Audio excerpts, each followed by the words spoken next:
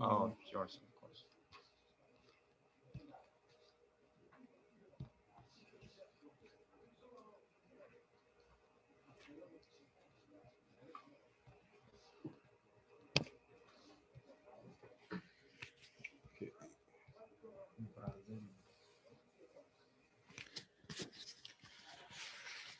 بسم الله الرحمن الرحيم الحمد لله رب العالمين والصلاة والسلام على سيد الأنبياء والمرسلين نبينا محمد وعلى آله وصحبه أجمعين أما بعد.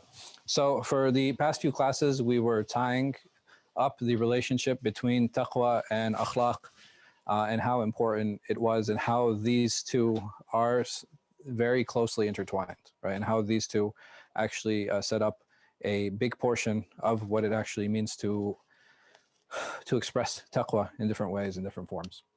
So the one thing that we will talk about, that we will discuss inshallah, is how to achieve equilibrium, right? So we had spoken about this before, right? We had talked about this before. What does he mean about equilibrium when he speaks about it?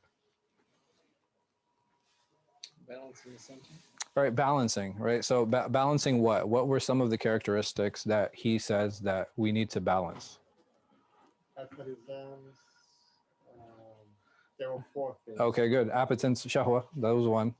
Desire, right? Anger. Desire, anger. What else? Justice. Justice extends from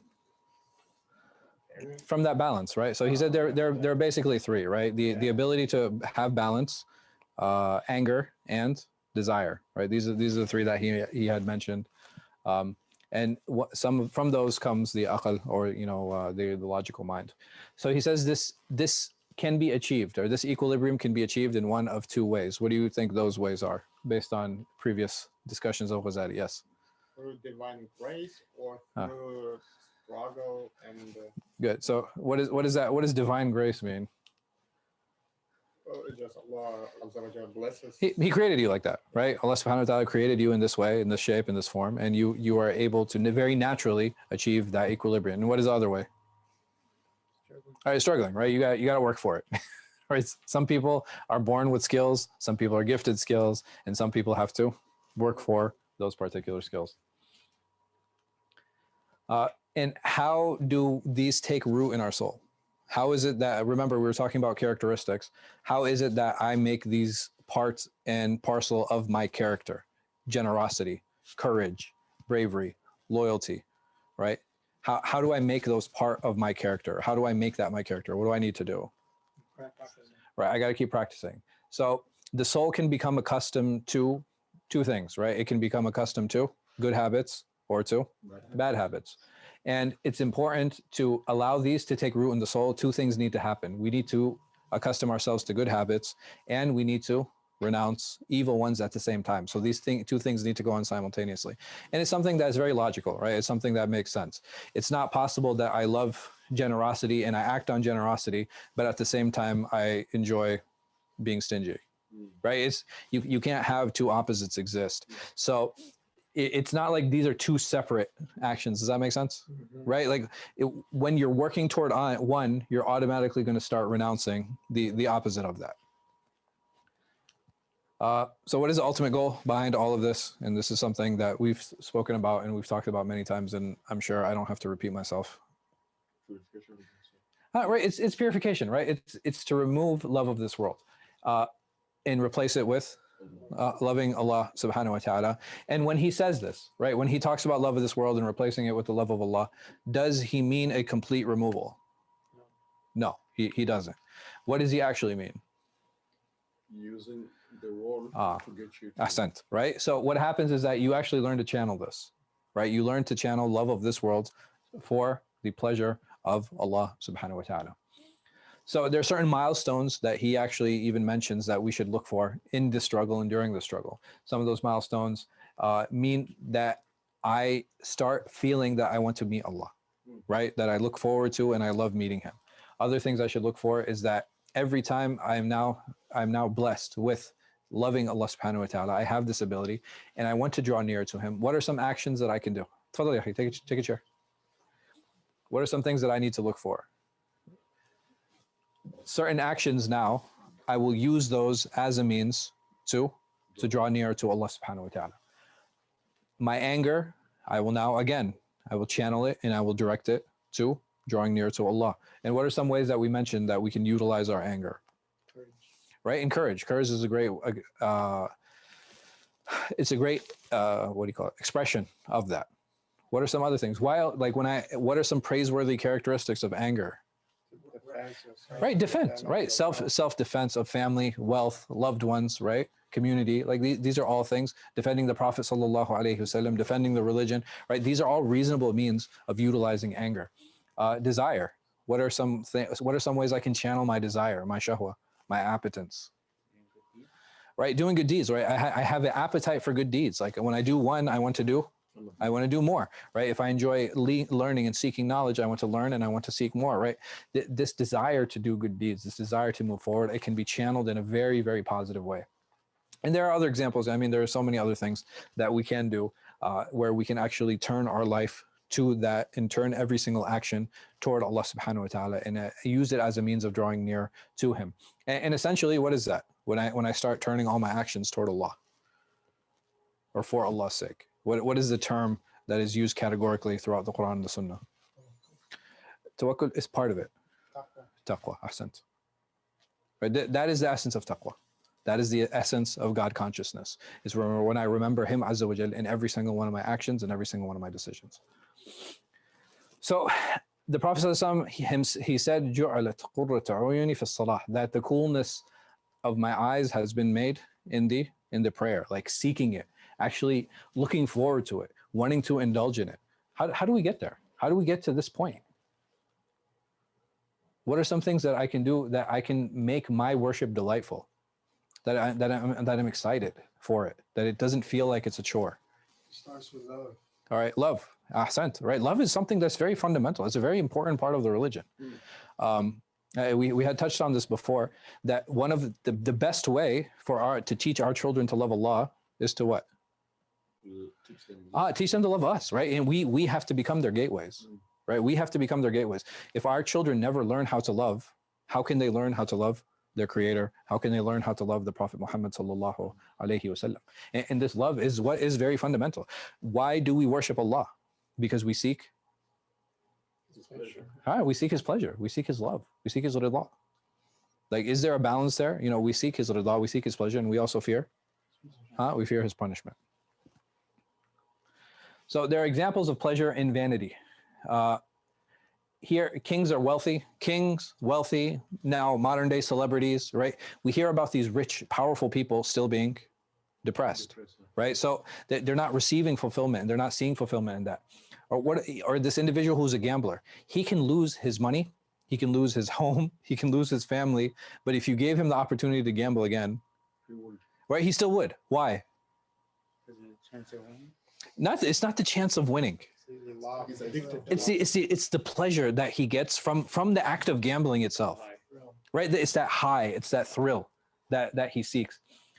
And the one who raises pigeon ignoring the heat. What is this? Why does Ghazāli bring this example? So you guys know about raising pigeons. What are some things that the pigeons do when you raise them? All right, they fly, but not obviously. I mean, I don't need to train them to fly. No, the thing is, they work for you? Yeah. Oh, they do. No. So what do pigeons do? You guys have any idea? Lettuce. No, I mean, that's the olden days, man. I'm talking about now. What they actually do is you can actually have them fly. What do you call it? Oh, they have codes. And stuff. Yeah, they have like I don't know what the word is that I'm looking for, huh? But basically you can control them just by, like, you moving a flag or doing this. I've seen it in formation. Right, you can train them. Yeah, formations, right? You can actually have the pigeons and train them to fly in formation so that they move in a certain way, they move in a certain pattern. And when you call them back in, they actually come back in. In the middle of the heat, you'll have a pigeon trainer doing this, and he'll be completely ignoring the heat. And then the other example he gives is a thief who is he keeps getting punished, right? He keeps getting caught, but the moment he's released, what does he do? He goes out to steal again.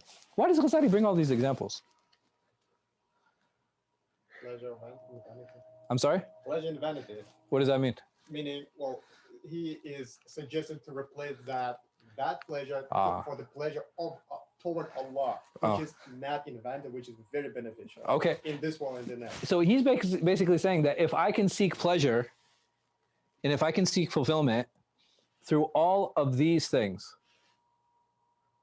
then how much more so is it possible to do it for his sake? Because what are these guys ignoring? Right?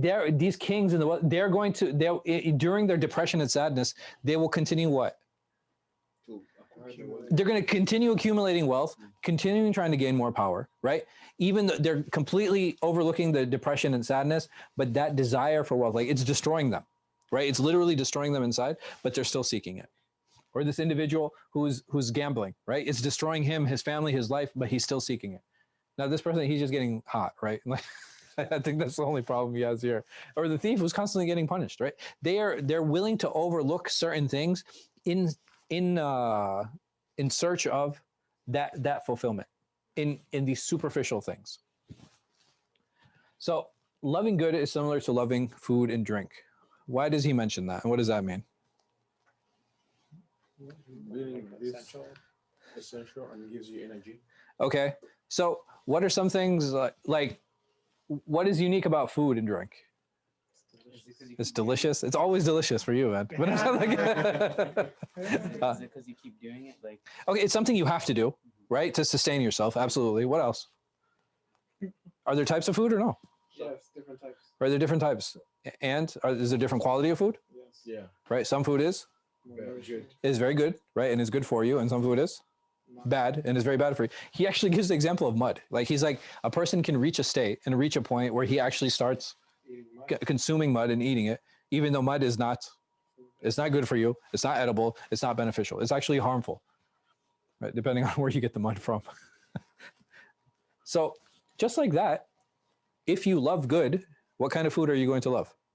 You're going to love good food. And if you love bad, you can actually train yourself to love and prefer bad food and bad drink. So food for the soul, he says, stems from three things. How do we feed the soul? How do we feed the soul? He says we feed it with wisdom, you feed it with knowledge, and you feed it with love of Allah subhanahu wa ta'ala. Taib, I want you guys to give me examples of each. How do I feed my soul with wisdom? You gain wisdom through silence. Through silence, through not talking, okay? What if I don't talk too much? That's good. That's good? Like somebody asks me questions, I just stay silent. Khutbah Jummah? Oh. Some of the khatibs need to be quiet. Is that what you're trying to tell me, man? Yeah, I'm sorry, Akhi, what were you saying? I mean, I guess there's wisdom you can gain from others, right? Sure, right. And there's some wisdom what you can ponder on yourself. Right. So I think these are very reasonable techniques. Having good company, right? Having good company and being around other individuals who are wise and trying to instill that value in yourself, right? Trying to become wise. So what are some techniques I can do to become wise? Maybe the circle, as you say, the company. Yeah. Maybe the seeking of knowledge. Okay. Through knowledge, there's no doubt, right? Knowledge is a great way. And does knowledge always lead to wisdom? No. Practice the knowledge. Right? It's actually implementing knowledge and not just knowing, like implementing it, it's knowing where to implement it, right? Just because I have knowledge of something and I know how to implement it, I have to make sure that I understand that I know where to implement it. And that can only be gained through what? Through shadowing, mentorship, experience, seeking from others. Allah subhanahu wa ta'ala has given us very powerful tools to attain wisdom. One of them is the ability to seek knowledge, which is a gift, a blessing from Allah. The second one is the ability to seek counsel with others.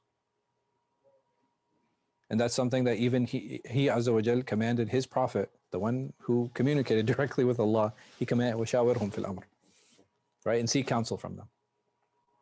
This is something that the Prophet ﷺ was commanded with. And if he is commanded with it, then we are more so obligated to do so. And what is the wisdom behind that? Because it's impossible for me as an individual to experience every single thing, right? It's impossible. It's not possible that each of us has every single experience in life. but it is possible that I speak to other people to help me develop better outcomes. I've had a number of people come up to me and be like, Sheikh, I think like there's magic on me, or I think somebody's done ayn, or I think there's a jinn. I say, why is that? It's like, well, because this happened and this happened and this happened and this happened and this happened. And usually my response is, it just sounds like a series of bad decisions. You just lose it. Huh? You just You just, no, I mean, and the thing is, subhanAllah, the amazing thing is when you have that realization, what can you do? You better fix. Right, you can fix it. Yeah. I mean, that's the, subhanAllah, it's the beauty of the deen. The moment you realize something's wrong, you have opportunity to fix it. And Allah blesses you, and He has blessed you because He gave you the realization. What if you never realized? You'd just be going through life making a whole bunch of wrong decisions. And on top of that, like, you know, even people be like, well, I have a problem with this person and this person and this person and this person and this person. And usually my answer is the same. Well, the only commonality between those 5 people is Me. And instead of looking at what everybody else is doing, it's a great opportunity to introspect and really to look what is it that I'm doing, because it's not possible all of these people have got it wrong and I have it all figured out. That's just arrogance. So having that collective knowledge is a great way for us to actually seek wisdom, because then we start understanding how to place certain things, how to deal with certain things, or even going through different explanations, right? Like, so one way I like dealing with these things is reading explanations of different verses, reading explanations of different hadith, because they really help put context behind those verses. They put context behind those hadith. Even fiqh, what does it do? It puts fiqh in context, right? Right? That's the purpose behind it. It's like, where is this halal? When is this halal? How is this halal? Right? You know, and having that understanding and putting that context behind it, it's a great way of developing wisdom. So wisdom and knowledge are very tight, you know, closely tied together. Like love of Allah. How do I develop that? Knowing His attributes. Oh, knowing His attributes. Absolutely. How can I love a being that I know nothing about? What else? fulfilling His commands and abstaining from His Okay. prohibitions. So, developing that habit, right? Developing that habit of following the Sharia, that's something that will bring me closer to Him. Why? Because He promised.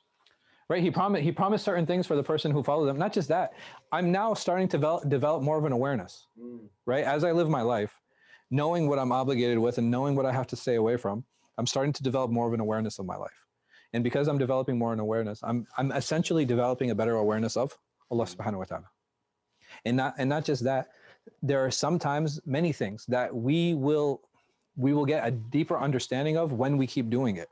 And we start seeing the wisdom behind those things. And when we're given that wisdom, what happens? It increases our conviction.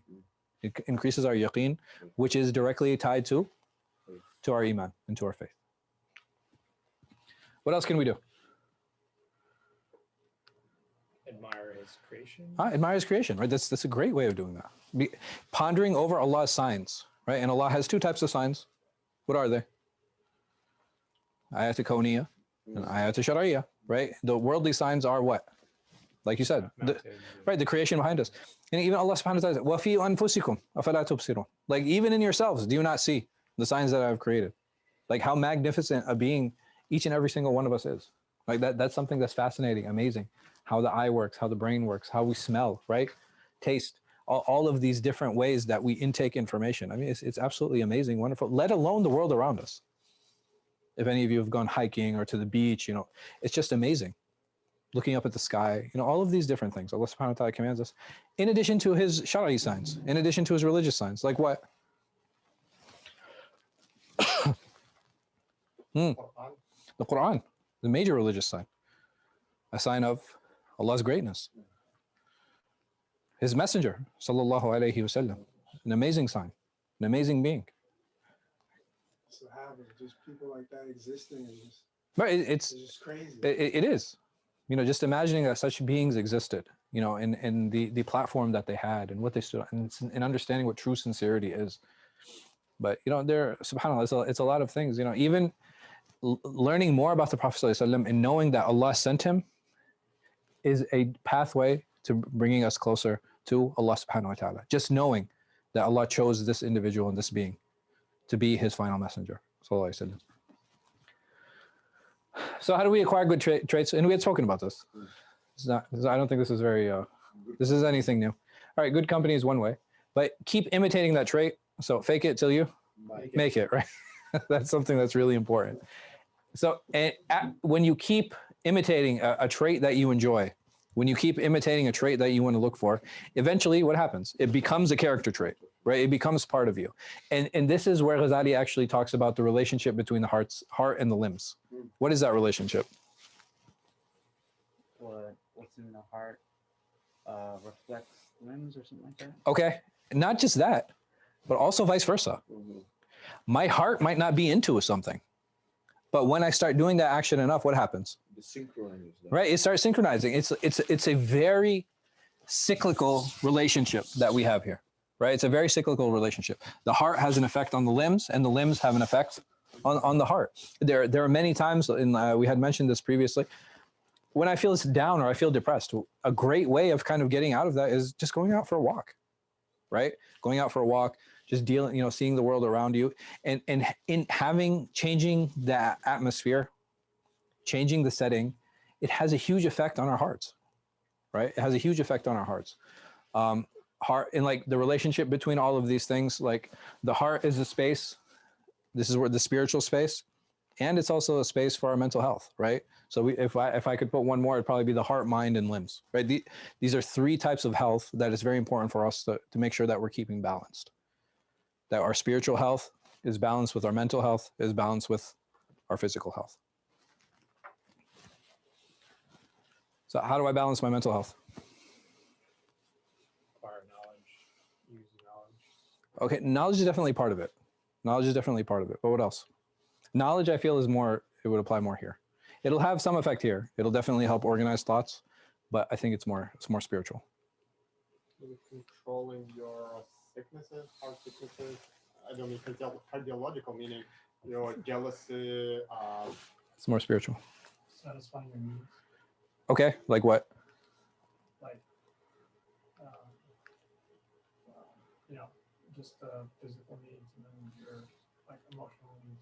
Okay, so the physical needs, I would say, applies here, Yeah. but where emotional needs? Emotional needs, I agree with you. But how do I fulfill my emotional needs? What do I need to do? Have a connection to the world or people. Okay, I need to connect with other people. That's something that's extremely important that many times we overlook. Why do I need to connect with other people? Otherwise, you're miserable. Okay, why? That's just our fitna. Like we have to go out and What do we do with other people that removes the misery? Counsel. Or counseling. And it's having, basically it is therapeutic for us to be with other people. Why? Learn from one another. I'm sorry? You can learn from one another. Right, not just learning from one another, it's a space where we allow ourselves to be vulnerable, like where we share the problems that we are facing. Because the mental health issues stem from many times repressing things, right? Like because we're pushing things down, because we're not actually dealing with them. We'll keep pushing them down. What is the problem with pushing down all those feelings or pushing down all those hardships or pushing down all those feelings? What happens? Or what happens when you internalize them? Why is that a problem? Right? So basically what happens, it becomes misdirected and it comes out in a way that you never meant for it to come out.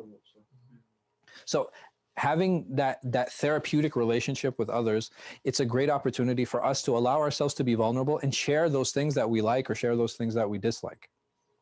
Because the moment that we share it, what happens? It's released, right? That problem that we had, like, man, I just ran into this person, and he took my, took my piece of cake, and I was really, I really wanted to eat that last piece of cake, and I can't believe, and sometimes we get frustrated like that and be like, it's like, dude, he just got in. Like, you had dinner and you ate and everything, and like that's the only thing he got to eat. What happens to you at that point? You're like, bump him. I still wanted that cake. No, but I'm saying that those conversations, they actually give us perspective, right? Those conversations actually give us perspective and be like, it's okay, man. You ate. Like, do you want another piece of cake? I'll go get you one. All of a sudden, you start calming down. right? All of a sudden you start calming down. All of a sudden you start having perspective, and it's just a lot of misdirected anger. I remember a couple of weeks ago, there's a brother who came in and he thought somebody took his sandals, like his flip-flops.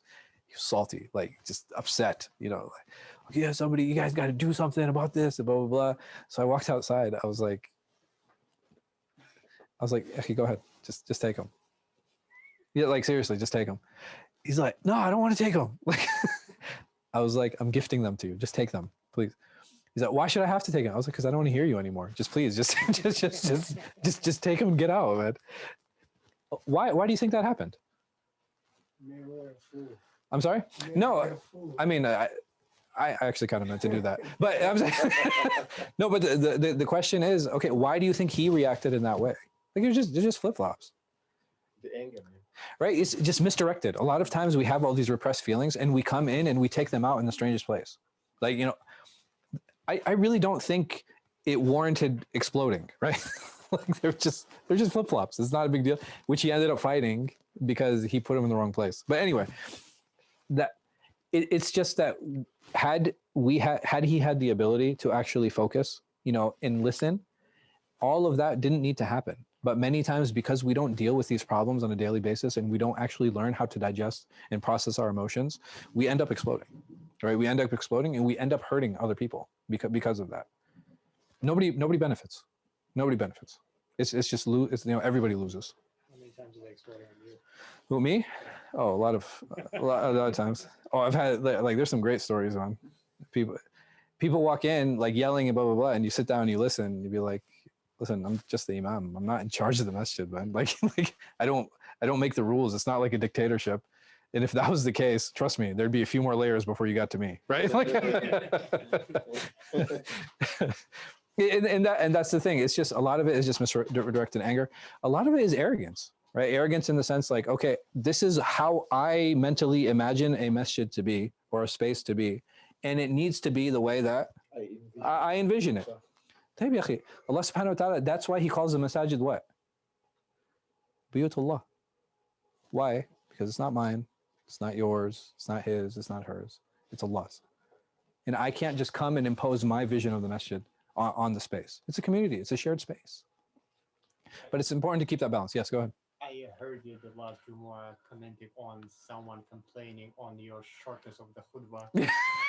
I'm like, oh my God, who would even complain about the shortness? I would understand if that was too long, I would understand. Okay. So basically the people complaining about my short khutbahs is because they come late. And they miss the prayer. Well, whose fault is that then? Apparently mine. I don't know. So there is a reciprocal relationship here that I think is very fundamental. It's something that's really important. So he gives some examples here of the calligrapher, the faqih nafs, someone who's generous, the one who has continence, the one who is clement, and somebody who's humble. All of these different characteristics are ones that we strive for. What do all of these things have in common?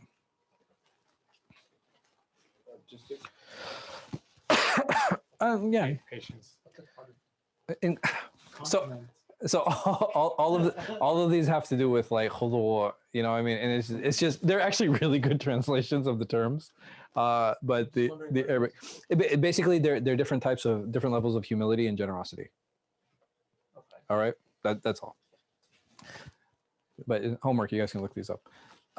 There are different levels of humility and generosity, though. That's all it represents. Like so, over here, a calligrapher. He basically gives the example of the calligrapher. Why? How do I become a calligrapher? Hard work. Not just practicing. I have to do what first? Train. Train by myself? No. Oh, you have to learn. I have to shadow someone. Yeah. Right? So that's the important thing here. I have to shadow someone. And will I be a calligrapher the moment I shadow him? No. How long does it take? Right? It takes time. Right? It takes time. It takes, it takes time. It takes hard work. All of these things. And he's saying very similarly, all of these require what? Work and patience. Right? All of these require work and all of these require patience to the point that it can even be frustrating sometimes. And he mentions that, right? That they seem very challenging. They seem very difficult, except for those who are khashi'in, except those are humble. Why humility out of all the characteristics? Why would Allah subhanahu wa ta'ala specify that?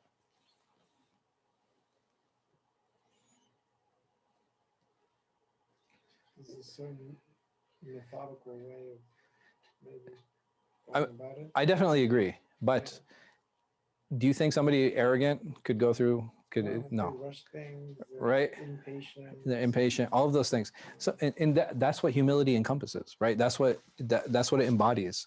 That ability to be patient with whatever it is, and not just that, the ability to recognize the shortcoming within myself, right? And I need that. I need to have that shortcoming within myself. I need to recognize that first in order to have the patience to work toward that goal. So the path of the sage, he talks about how does an individual become faqih an-nafs? How does an individual become a sage? How does he become somebody who has control over himself and over his emotions? And he talks about this. What's going on in this graph here? Steps. A ladder. Not just steps. These are funky steps. But Is it Bitcoin graph? it's a Bitcoin. No, Bitcoin graph would have sharper falls and sharper rises. Is it mountains? Like, I'm sorry? mountains, like, just like parts of climb. Okay, mountains. It's not linear. It's not linear, right? We shouldn't fool ourselves into thinking that my path will start here and then I will go straight here. Does that make sense? So what happens is that you're going to work hard, you're going to work hard, you're going to work hard, and then what's going to happen? Boom. Then you're going to slip and fall, and you're going to get lazy, and then what happens? Then you're going to get up, and you're going to work hard, and the same things, and you're going to keep. But compare yourself to here, and to, like from here to here, what happens? There's definite improvement, right? There's definite improvement. If you look on a smaller scale, like if I just looked at this part, what would I say about this person? It's like, oh, this guy's terrible. Like, you know, what a loser. Look at he's just. But if you step back and you look at the overall scale, then there will be improvement. And this ability to step back is what is required. This ability to have humility is what is required in order to actually achieve the goal that we are looking for.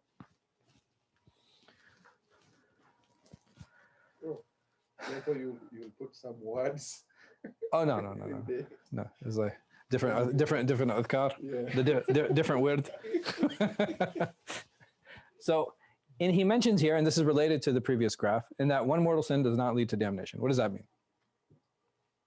There's always chance for tawbah and improvement. Right. Just on the path, you will what? Right, you're going to slip. You're going to make errors, and you will sin. Right, and this is something that is very natural. Don't get stuck. Don't get discouraged. Just because you slipped up doesn't mean that you cannot get up and continue on the path. So he talks about the individual actions. Like, so we look at all of these small individual actions, right, on the path toward betterment. There's small individual actions. Those that are small and continuous, what happens? They last long. Right, they last long. And this actually leads to fiqh and tazkiyah. This actually leads to betterment. It leads to improvement, even though we might see it.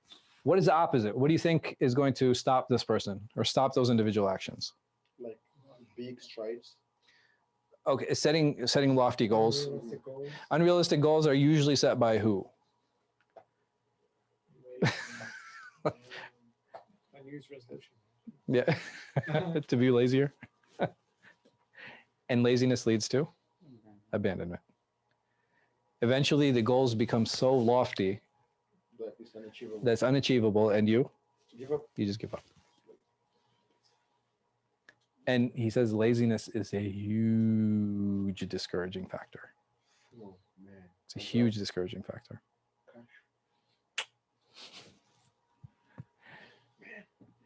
Or what happens is you become so proud at some point, right? That you become lazy. Like, man, I've been doing all this stuff for so long, And I don't. and nothing. I don't feel any change. Yeah. I don't feel any better. So what happens is like, all right, well, I'm gonna take a break. And the break, it just ends up being longer, and longer and longer, and you just snowball into a worse and worse situation. So actions, regardless of how good or bad they are, they do have an effect. They do. They have a lasting effect. We know the hadith about the one who sins. What happens? He gets a black dot on his heart to the point that his heart is covered in sin, or it's removed and a white dot is in its place, etc. Right? So all of these things happen, and they do have an effect. And the effect of those actions, they're not perceived similar to growth. Do you remember when you were a baby until you were now? Right? You don't perceive it, but there's clearly growth. There's clearly growth. So the sources of good character, he mentions three.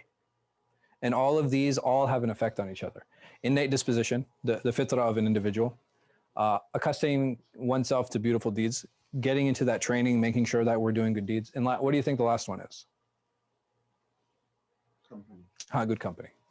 All of these, even if a person has good innate disposition and he keeps bad company, what eventually is going to happen? It's going to affect him. If a person has innate disposition and he does good deeds, but he has bad company, again, like all of these things will have an effect on each other. All of these have a huge effect on each other. And that's why it's important to keep a balance between the three.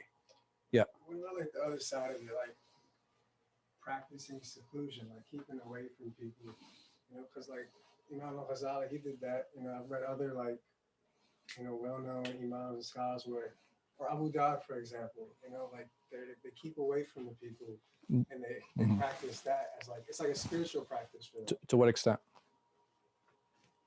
I don't know. Like, I guess when you're in seclusion, that gives you an opportunity to just focus on Allah. For how long? And they would purposely. I'm not against that. I'm just asking how long. That's what I don't know. It's like, it's just for like, it's just temporary. It didn't, did these individuals seclude their entire life? No, but sometimes it'd be like years. No, they wouldn't. What was the Imam was that, like 2 years or something? He removed himself. He didn't seclude himself. He removed himself from the public light. But there's never a time where he absolutely just alone and away from people. He was always in contact with someone. And even khalwa sessions, like being alone, it's important for sure. I think one of the major benefits, especially in this day and age, it's a great way of getting away from social stimulus. Right? We're just constantly stimulated from like so many different angles. We have no time to process the information that we're receiving. And I think one of the things that prevents us from actually being alone is because we're terrified of what we'll find. Right? Because we're scared of what we'll see. But the beauty of it is like whatever I find, I can better. It doesn't matter what it is. Whatever I find, however bad I think it is, Allah has given me an opportunity to better myself. Like this is the beauty of Islam. And subhanAllah, my inner character, Allah has given us pathways to better it. And even my physical appearance, there are a couple things I need to keep in mind. لَقَدْ خَلَقْنَا الْإِنسَانَ فِي أَحْسَنِ تَقْوِيمًا. That I've made the form that I'm in right now, this is the best form Allah could have put me in. And even in that, I have some say. What can I do? I can work out, right? I can exercise. There's so many things I can do. Botox, right? That's next week's question. Next week's question. What is it? What is the one where you insert the eyelashes? Micro eyelashing or something? But microblading, yeah. So, why do you guys? huh? I mean, I know about it because I'm an Imam, and like I get like the weirdest questions ever. But yeah, yeah. So next week's question. So Allah subhanahu wa ta'ala has given us an ability to help bring our physical appearance better. And even if the betterment that we do with the understanding that the way I am is the best way possible. And my inner character, Allah has given me an opportunity in that as well. If I don't feel I'm generous, what can I do? I can practice generosity. If I don't feel like I'm brave, I can try to be brave. If I don't feel I'm loyal, I can practice being loyal. There's so many opportunities. There's so many things that we can do to better ourselves and to change ourselves. If I am not happy with who I am, I can completely change it. And this is a pure blessing from Allah subhanahu wa ta'ala. So the innate disposition. Yeah. How much of that is because nature versus nurture? Right. Like, I mean, people are born yeah. innocent. Yes. Right. So explain that a little. All right. So people in general are born innocent in the sense they're free of sin. But do some individuals have more of an inclination to lie than others? Do some individuals have more of an inclination to drink than others? Do some individuals have more of an inclination to commit zina or to steal or to backbite than others? That's there, right? Naturally. It's naturally. It's just naturally that propensity to do those things is there. And the individual who has that propensity, when he stops himself, you know what the beauty of it is? More reward. He gets more reward than the person who doesn't have that inclination. But yeah. Isn't that inclination being stimulated by the company that, like, where I grew up must yeah, it can exaggerate it. Okay. But I'm just talking about like like a shakhs al-fitri. Like he's born in a vacuum. There's nobody around him. will he have inclinations toward different things? He will. It doesn't make him evil, right? Just because I have inclinations to do certain things or I want to do certain things, it doesn't make me evil. How do I know that? Because is Allah holding me accountable for my feelings? No. No, absolutely not. He only holds me accountable for my actions. I think I heard something like the person like who has a hard time holding his anger, Mhm. holds his anger, he has more reward than a person who's Absolutely. easy for him. No, absolutely. Yaki, just imagine there's someone who is enticed by the smell of alcohol and somebody who's repulsed by it, and you're walking together. We, as superficial viewers, are unable to differentiate between these two. But Allah knows who's going to get more reward, and Allah will give more reward to the one who deserves it. Yeah. Speaking of natural inclination to commit sins, would an ayah from Ayatul Asr being inna al-insana lafi khusr illa, meaning they their base state is loss. Yeah, if not, no. Okay. Basically, that is more of a discussion of Allah's blessing and mercy on us. Okay, versus a discussion of our innate state, because the Prophet ﷺ, what did he say about the person born on the fitrah? That every individual is born on his natural state, and his parents what? يهودانه وينصرانه. Yani that his parents either turn him into a Jew or a Christian. So there are natural inclinations that are definitely there, and that's very important to also keep in mind in the levels of yaqeen. How I seek yaqeen, how I seek conviction is going to be different from the pathway of other people. Like for some people, the issue of slavery is very contentious, is very problematic. For some people, it's not even a big deal. For some individuals, the essence of Allah is a very problematic issue, and that's something that they need to seek. For most people, it's not a big deal. For some people, finding the answer to what qadr is and how it is, what is the divine prediction. You understand? People have different problems, and they have different individual problems with faith that they need to deal with on an individual level. And all of that is part of the fitrah. None of it is wrong, right? None of it is wrong. My conviction will always be my own. My way to Allah will always be my own. How I determine that, we have milestones, we have markers, we have techniques. Walillah alhamd. Any other questions? I think this was the end of the chapter. Oh no, he brings proofs. He brings proofs of why he says what he says. That whoever's done a speck of good will see it, and whoever's done a speck of evil will see that. And Allah subhanahu wa ta'ala also says, that we did not wrong them, they wronged themselves. That individuals have control over their actions, and they're the ones that choose the path of good or bad. And I think that's it. This is the last thing that's actually mentioned in the section that's mentioned in the chapter. Wallahu a'lam wa sallallahu ala khayri khalqi nabiyina Muhammad wa ala alihi wa sahbihi wa sallam. This is Iḥyā Ulūm al-Dīn. This is the third ruba. This is the third quarter. Yeah, the third quarter, second book. You want to disciplining the soul. Disciplining the soul, yeah. Not oneself. That's Riyadat al-nafs, like disciplining the soul. Versus ajaib al-qalb, the marvels of the heart or wonders of the heart. That was the first book. Any questions? How do you do ruqyah? How do you do ruqyah? Yes. There are a number of ways of doing it. The most common one is reading Quran on the affected individual. But you can read more than that. You can read dua. You can read adhkar. There's no specified way. There's no hadith where the Prophet said, "Irqu kama ra'aytumuni arqi." Like do ruqyah as you've seen me doing ruqyah. No, ruqyah is very open-ended, and the essence of it is dua. So using the Quran, using the Sunnah, using personal dua, using personal adhkar, there's no issue with it. So what I've seen or what I've known is that like to do ruqyah on yourself, yeah, you like get a bottle of water or oil, yeah, or maybe Zamzam, and you recite Quran, and it's like you have to have like intention you're doing ruqyah, and then you like blow, like how many times you want to say Qul Allahu Ahad, yeah, and blow. Then you like pour some water in your hand or whatever, you like go like that. It's like each corner of your house or something like that. Yeah, I have no idea. I'm not familiar with that. The ruqya that I know, this is the one that I do. I know there are different techniques that different people use. Some of them is consumption of blowing on the water and then consuming it. I've heard people making wudu and then the leftover water they actually consume it. There's a lot of different. Yeah, I mean, I just read Quran. I don't. About Yeah. the Quran, I heard from Consuming Zamzam, that's part of it. Like the Quran, the law, washing it and drinking the water. Yeah, I've heard. I don't know. Well, I've heard this too. We used to do that. Yeah. That's how we grew up. Yeah. So you guys are high in calcium, mashallah. I think it was the calcium, not the ruqya.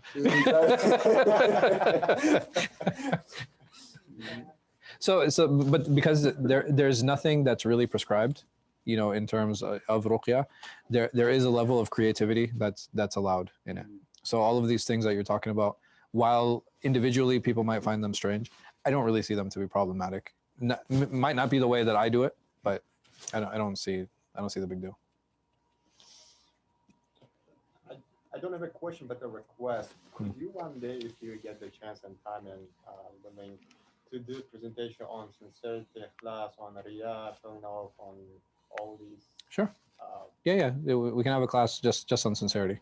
Yeah. What is sincerity, intention, having multiple intentions, having combined actions in one intention, riyah, what is it? Where can it be? Where can it not be?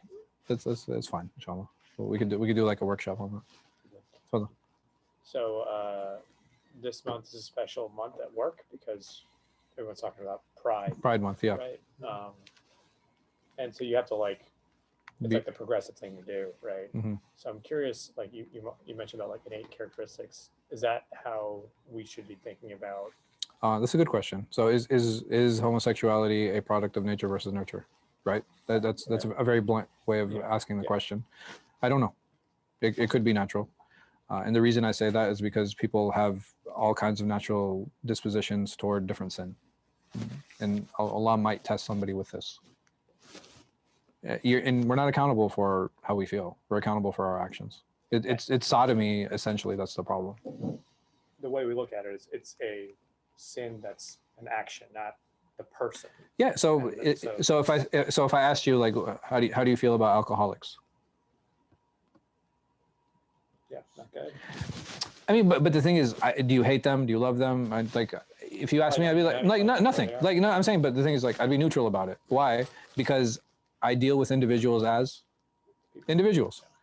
Very simple. It's the same thing. If a person is a liar, a person is a backbiter, a person is homosexual.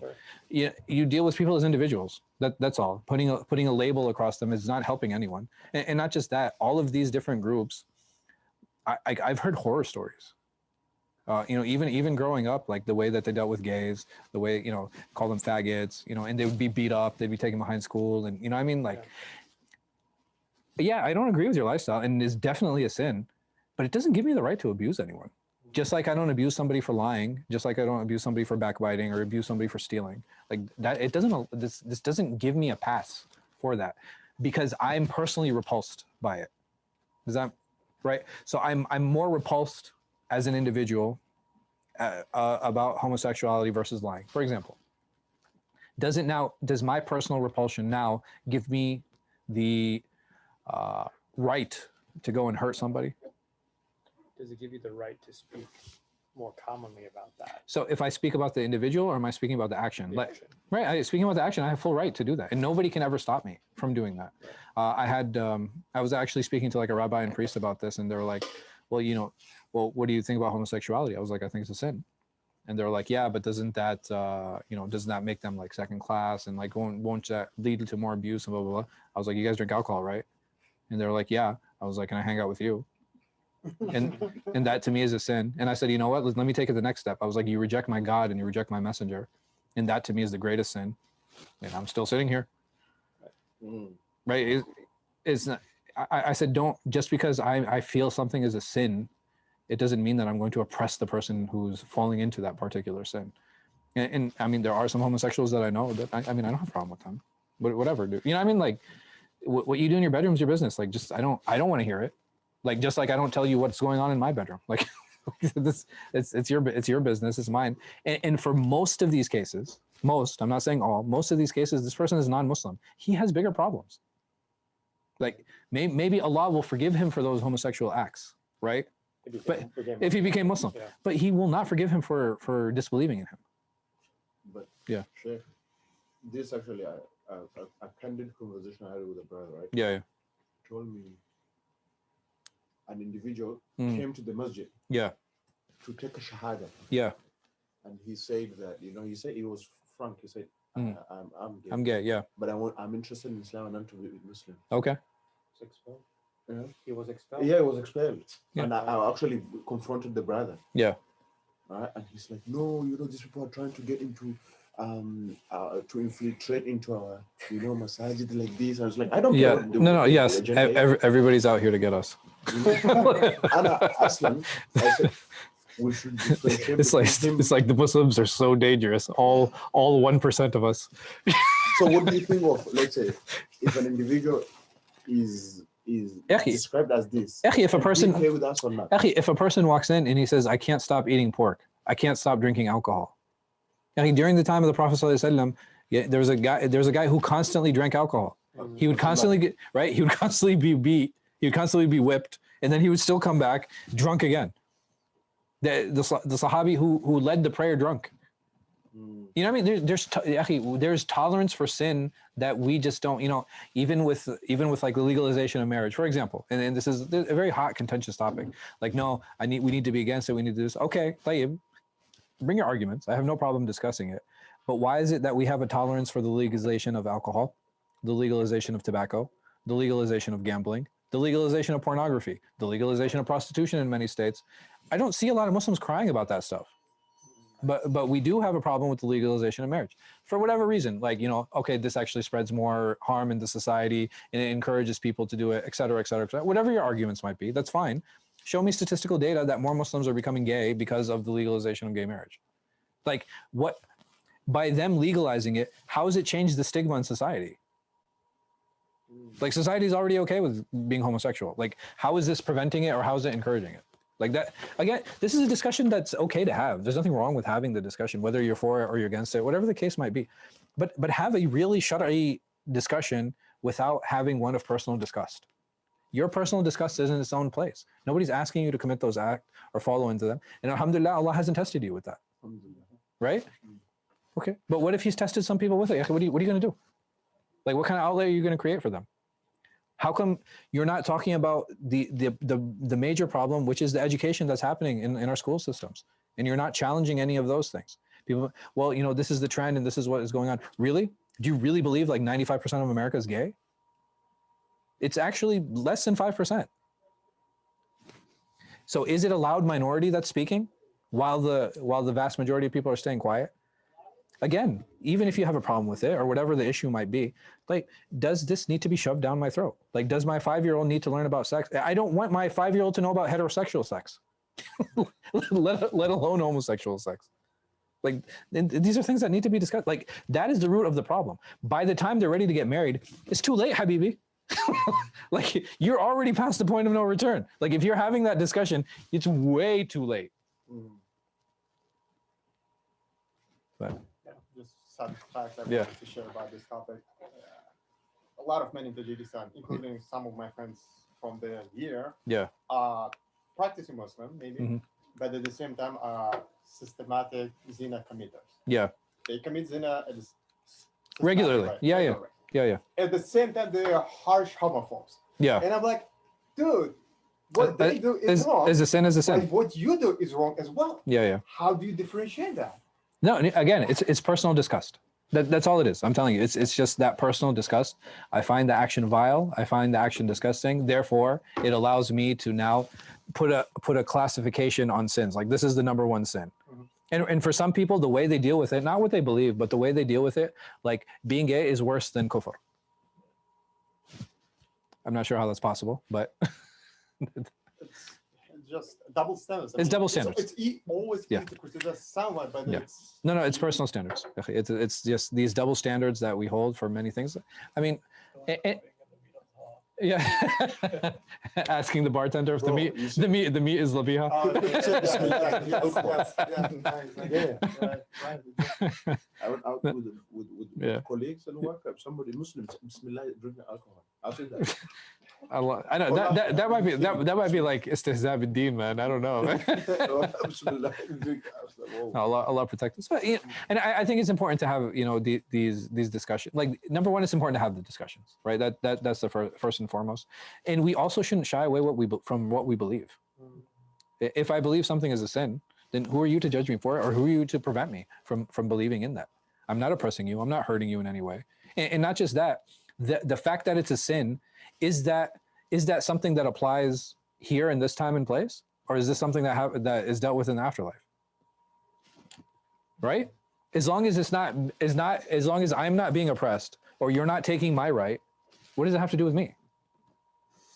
Like, this is something that Allah will deal with in the afterlife. It's not something He commanded me to deal with concerning you in this world. I was doing da'wah one time. Yeah. Right? And there's one guy, he's not Muslim. He came to me, he said, he's a homosexual, and he said, in Islam, the homosexual should be killed. Oh. And he brought the dalil from Sahih Bukhari. Yeah. That Abu Bakr and Ali, they had a conversation that how they're gonna kill him. Right, with the Jamr or other. Yeah. So how can we we can't say Sahih Bukhari is not right. No, you're absolutely right. No, the thing is, you can contest the hadith, right? That's definitely possible, but there's a methodology to it, and a vast majority of the hadith in Bukhari are sahih anyway. But after that, it's a matter of going to, okay, is this hadith ma'dul or not? Wait, does it have a hidden defect? And you'd have to go to the books of hidden defects concerning that. That would be the first step. The second step would be, okay, contextually, what is being discussed? Because here, even in the case of heterosexual zina, where does that ruling apply? Not just in Islamic State. There's another layer to it. It has to be public, right? How do I know somebody is performing sodomy? Like, okay, as repulsed as some of us might be by it, if I see two guys making out, is there a shari had for that? There's not, right? I might be repulsed by it, but shar'an, there's nothing in the sharia that says, okay, two guys holding hands or two guys kissing, this is something that is punishable. I don't have anything like that. So what does it mean I have to find them doing? It means I have to find them performing sodomy, and not just find them performing it. I have to find them performing it publicly. So yes, oh, look, this is what you guys do with gays. No, we actually apply it across the board. This death penalty applies to public spreading of harm, because you are creating a culture that has shown to be harmful. Even in your studies concerning pornography, like, this person has absolutely no shame, and they're willing to do it in front of children. They're willing, you know what I mean? Like, they absolutely have no shame. If you have 4 witnesses, Yahi, this means that you have no shame at all. Like, you're just doing it publicly. So that discussion, it's just within the context of it happening publicly. That's all. But and it applies universally. You know what I mean? Like, it's not, oh, look, oh, this is a gay specific. No, Habibi, this applies to sex across the board. But when I read the explanation why Abu Bakr and Ali, they had this conversation, how he should be killed. Yeah. They said the reason for that is because Allah subhanahu wa ta'ala punished Lut in a way that he did not punish. He punished else. I mean, not just that. It's like, also, we don't have anything directly from the Prophet ﷺ on how sodomy is sodomy dealt with the same way that zina is dealt with. That's, you understand what I'm saying? So, because if you don't have a clear text, you're going to have a lot of ijtihad. You're going to have a lot of personal deductions that come and deal with that. Like, Allah protect us, but wallahu alam, I feel that, personally, I feel that's the context. How to perform capital punishment is still a point of contention here in the United States. Yeah. Right? Rifle, hanging, right? What do you call it? Lethal injection, electric chair. This is something they still argue. Like, how should capital punishment be carried out? Like, what is different from this discussion? Like, you think that this is more humane or this is more barbaric? These are all subjective terms. At the end of the day, the person's dying. I have a question. Hold on.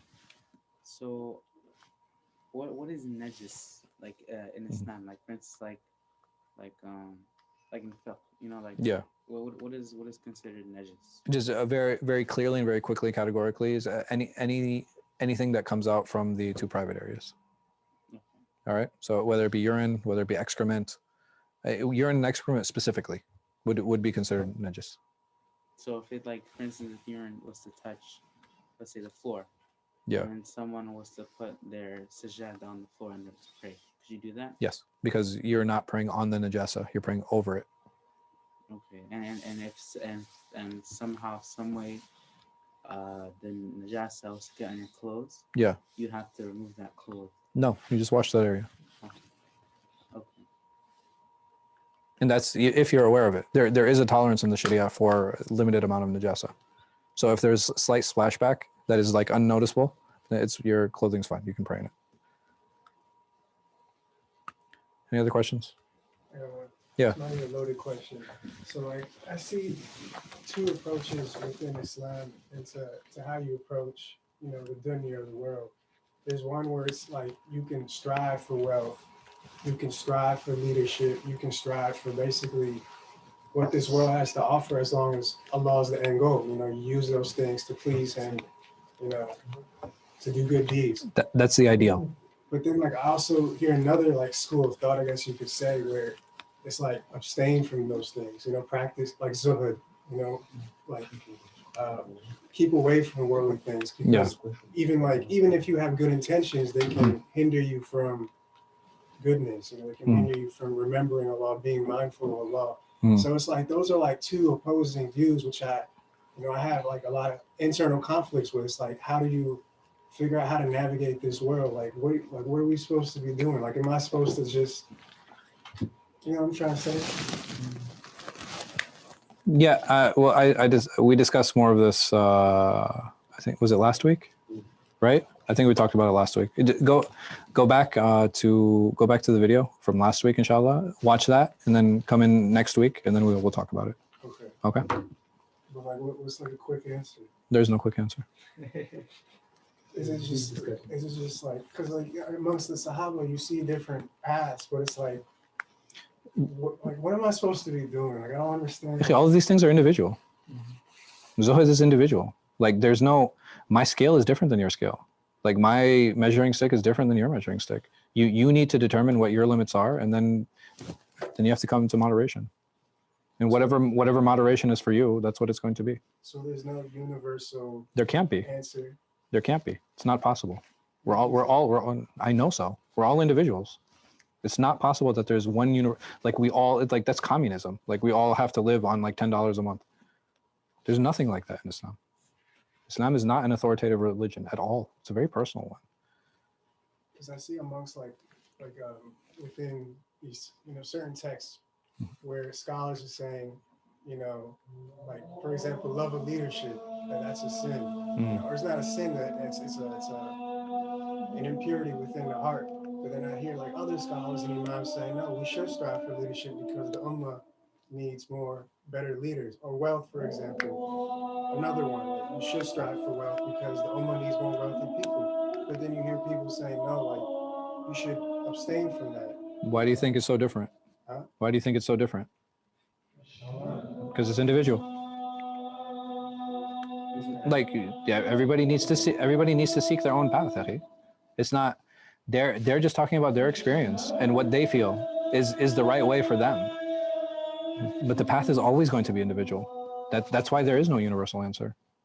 It's just a matter of everyone resetting their gauge and making sure they understand, like, okay, no, this is one extreme and this is the other, so that I can come to moderation as individually. Because you can't bring everyone to moderation. It's not possible, because everybody's limits are different and everybody's boundaries are different. Goals are different, absolutely. And inclinations, right? Some people might have a skill for leadership. Some people might have a skill for getting money. Some people might have a skill for, for logistics. Some people might have a skill for teaching. It's important. The path is always going to be individual. It's always going to be individual. Two things I liked when I heard about leadership or desire for power and desire for wealth is like desire for food. We want food to keep ourselves healthy, keep ourselves up. Desire for sex, to have family and have children. desire for power. And to leadership is and to enjoy. But continue. well, yeah, of course. That was assumed shit. That was assumed. No, I don't want people to think it's like, oh, you can only have righteous reasons, Yeah. you know, to be intimate. Oh, can we go ahead, man? I mean, So, yeah. speaking of leadership, you desire leadership to take upon yourself responsibility for the ummah, for the community, and not necessarily ummah of Muslims, for the American community, for Ahmadiyya community, for Fairfax community. Why not? And the same for desire for wealth motivates you to work, to work hard, to earn the money and do something good at the same time. That's But you guys don't think that there's a spiritual risk when you decide to strive for these things? well, Sheikh, if you took When who decides? Like, for example, like I've read hadiths where Abdurrahman ibn Auf, for example, he was known for being wealthy. He used to like cry and feel like guilty. Yeah, for being rich. and he left it all. But I'm saying, who decides, Akhi? Who decides? Any of The this? individual. But like, isn't there a spiritual risk associated For who? with it? For everyone. No, You don't think so? for you. For everyone. I mean, if the Sahaba were struggling with wealth, Sahaba as a whole or as individuals? Uthman was rich. And then some of them stayed wealthy. Uthman would feel he had like a sense of guilt. You know, No, No, he would though. literally Like, acquired. Right? yeah. It's like isn't it the few Sahaba that were promised Jannah? Like Yeah. more than half of them We're were wealthy. very wealthy. but like I've read multiple hadiths where they all had a sense of struggle with the wealth. Like Abdurrahman ibn Auf and Sa'd ibn Abi Waqqas, they used to like. So what did they do? They left it, Yahi. They donated all their wealth. They got rid of it in different ways. You know, some of them, they ended up living as paupers. But the path is individual, man. Not all of them took that path. You're talking about a handful who did, and a handful were like, no. A handful actually became very wealthy. Abu Hurairah, he became extremely wealthy. And even though he lived like a pauper in his initial years. Uthman, radiallahu anh, he stayed wealthy until he passed away, radiallahu anh. The path is always going to be individual. Like the Sahaba, don't clump them into one category. Like they're all individuals. They're all very different. All of them had different roles. All of them had different contributions. And just like their paths were individual, so are ours. And it's important to keep that in mind. My gauge is not going to be the gauge of Abdurrahman ibn Auf. I can guarantee that. You know, or my gauge isn't going to be, you know, it's like my gauge isn't going to be the gauge of Abu Bakr. It can't be. Like I don't have that ability. You can't act like the Sahaba because Sahaba. Yeah. And because since the Sahaba, it's like they can go that far. For us, like for instance, if we were to stand up for Qiyam all night, it'd be too hard for us. Or I mean, the thing is, or it might be for some individuals, you know what I mean? Like, but again, there's not something universally dictated by Allah and His Messenger. But like, if they struggle with wealth and power, how can we, who are like, we're nothing? Then who's gonna lead? Who's going to lead us? I don't know. I'm just asking. I'm trying to Who's figure out gonna the pay answer. zakat and what? I mean, as long as you don't it's that. feel any problems within yourself. No, but I'm saying, are you trying to impose this on others, or do you really feel that everybody should do it themselves? Like here, think about that. Are you trying to impose your idea of abstinence and zuhud and whatever or generosity? Are you trying to impose that on others, or are you trying to find it for yourself? I'm trying to find For others. what. Because that's what it sounds like. No, because that's what it sounds like. Yeah. I'm just trying to be on the straight path. Whatever. By forcing everyone else to be on it too. Well, I'm not saying. I'm just posing a question. I'm just saying. Yeah, but your question, you said it was a loaded one, and I'm telling you where the load is. Yeah. The load is that it's directed toward others, and other people need to act in this way. No, and when I keep telling you that it's something that's individual, it's something that you really need to reflect and look back on. And I told you you wouldn't like the answer, which is why I told you to go back and listen to the previous lecture. You said sometimes it's like the three things that we need to follow is the Quran, Sunnah, and